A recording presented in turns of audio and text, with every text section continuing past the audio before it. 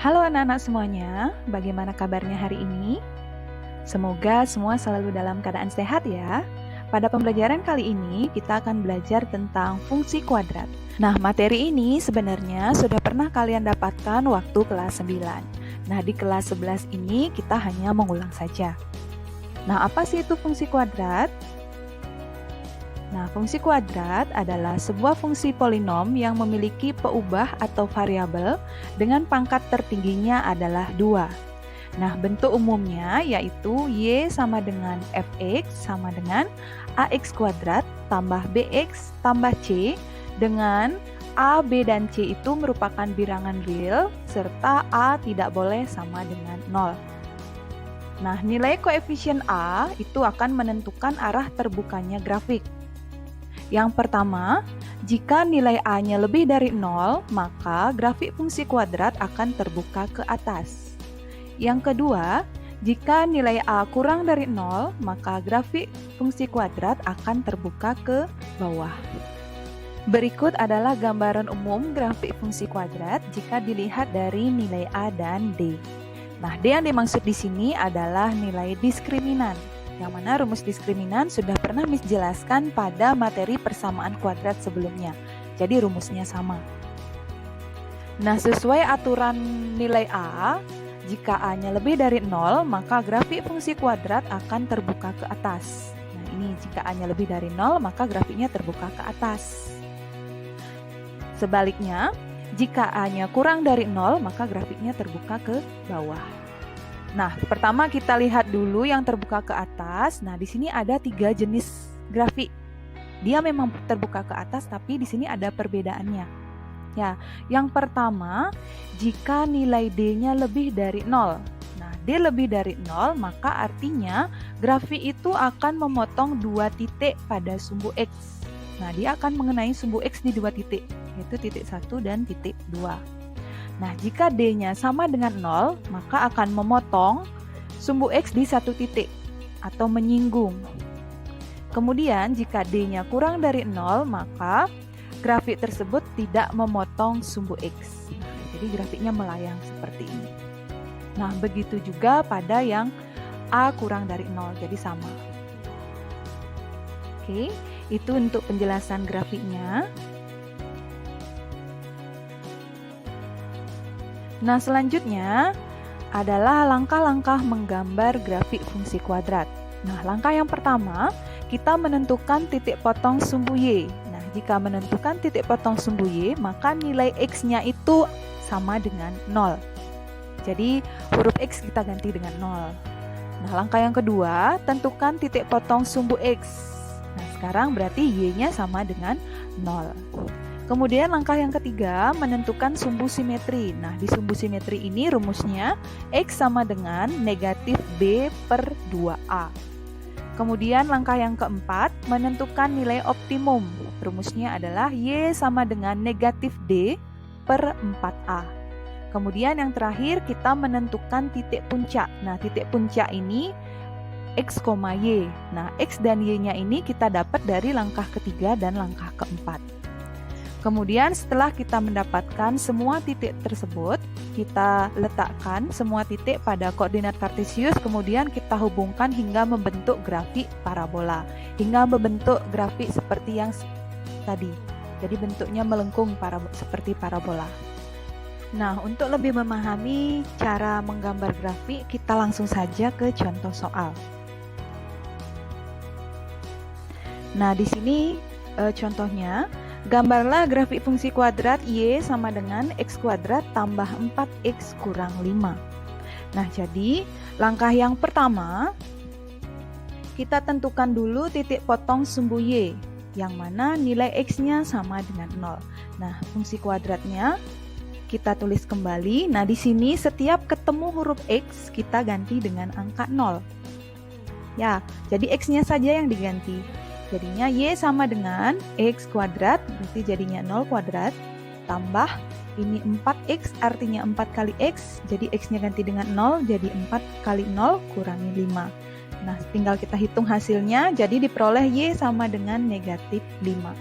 Nah, dari sini kita peroleh sebuah titik koordinat di mana X-nya 0, Y-nya negatif 5. Jadi koordinatnya 0, negatif 5. Kemudian langkah yang kedua, menentukan titik potong sumbu X. Nah, sekarang Y-nya sama dengan 0. Jadi huruf Y-nya kita ganti dengan 0, yang lainnya tetap. Kita tulis kembali fungsi kuadratnya, kemudian Y-nya ganti dengan 0.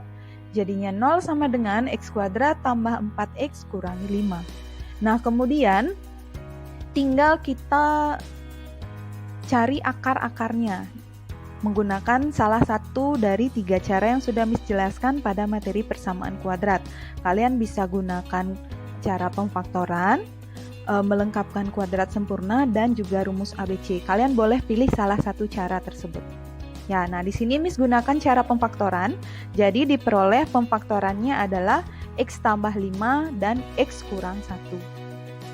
Nah, dari sini, dari X tambah 5 sama dengan 0, kita peroleh nilai X-nya sama dengan negatif 5. Kemudian dari X kurang 1 sama dengan 0, kita peroleh nilai X-nya sama dengan 1. Nah, dari sini kita peroleh 2 titik koordinat. Yang pertama, X-nya sama dengan negatif 5, kemudian Y-nya sama dengan 0. Jadi koordinatnya negatif 5,0. Kemudian koordinat yang kedua, X-nya sama dengan 1, Y-nya sama dengan 0, jadi koordinatnya 1,0.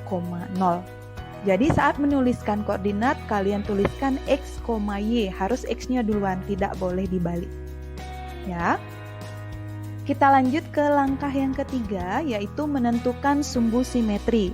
Nah, di sini rumusnya adalah X sama dengan negatif B per 2A. Nah, sebelum itu kita tentukan dulu nilai A, B, dan C dari fungsi kuadrat tersebut. Nah, di sini fungsi kuadratnya Y sama dengan X kuadrat tambah 4X kurang 5. Nah, untuk nilai A, B, dan C itu sama dengan persamaan kuadrat. Jadi yang berpasangan dengan X kuadrat itu adalah A, yang berpasangan dengan X itu adalah B, kemudian konstantanya itu adalah C. Nah, dari sini kita peroleh nilai A-nya sama dengan 1, kemudian B-nya sama dengan 4, dan C-nya sama dengan negatif 5. Nah, sekarang tinggal kita masukkan ke rumus sumbu simetri, kita ganti B-nya dengan 4, kemudian A-nya kita ganti dengan 1. Jadi diperoleh hasilnya X sama dengan negatif 2. Nah, kemudian untuk mencari nilai optimum, rumusnya adalah Y sama dengan negatif D per 4A. Nah, rumus D sudah pernah Miss jelaskan, yaitu B kuadrat kurang 4AC. Ya, jadi per 4A. Jadinya B-nya ganti dengan 4, jadi negatif 4 kuadrat dikurangi 4 kali A, A-nya 1, C-nya negatif 5, per 4 kali A, 1. Jadi diperoleh hasilnya negatif 36 per 4, yaitu sama dengan negatif 9. Sehingga kita peroleh titik puncaknya, yaitu X, Y. X-nya tadi negatif 2, kemudian Y-nya negatif 9, jadi titik puncaknya adalah negatif 2, negatif 9. Nah, di sini kita sudah memperoleh 1, 2, 3, 4 titik koordinat. Kemudian keempat titik koordinat tersebut kita letakkan pada koordinat kartesius.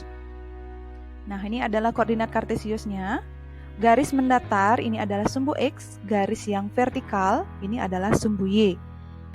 X ke kanan bernilai positif, X ke kiri bernilai negatif. Kemudian Y ke atas bernilai positif, Y ke bawah bernilai negatif. Nah, sekarang kita letakkan koordinat yang pertama. Tadi koordinatnya adalah 0, negatif 5. X-nya 0, Y-nya negatif 5. Jadi kita letakkan pada sumbu Y di angka negatif 5. Jadi ini adalah koordinat 0, negatif 5. Kemudian koordinat yang kedua adalah negatif 5,0. X-nya bernilai negatif 5, Y-nya bernilai 0. Jadi kita letakkan pada sumbu X yang bernilai negatif 5.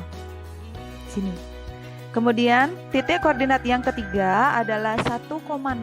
X-nya bernilai 1, Y-nya bernilai 0. Jadi kita letakkan pada sumbu X yang bernilai 1 di sini. Kemudian yang terakhir titik puncaknya adalah negatif 2, negatif 9. Jadi X-nya bernilai negatif 2 dan Y-nya negatif 9. Nah, X negatif 2 itu ada di sini. Kemudian Y negatif 9 itu ada di sini. Jadi kita pertemukan negatif 2 dan negatif 9. Jadi dia ketemu di sini. Ya, kemudian keempat titik koordinat tersebut kita hubungkan sehingga membentuk grafik parabola. Ya, jadinya seperti ini grafiknya. Nah, grafiknya ini terbuka ke atas karena nilai A dari fungsi kuadrat tersebut adalah lebih dari 1. Makanya dia terbuka ke atas. Jadi ini adalah grafik dari fungsi kuadrat Y sama dengan X kuadrat tambah 4X kurang 5. Oke, sekian penjelasan dari Miss untuk materi hari ini. Semoga kalian dapat memahaminya dengan baik ya. Nah, apabila ada yang kurang jelas, kalian bisa tanyakan kembali pada grup WA. Tetap semangat belajarnya ya anak-anak, walaupun hanya secara daring. Tetap jaga kesehatan dan sampai jumpa pada pertemuan selanjutnya ya.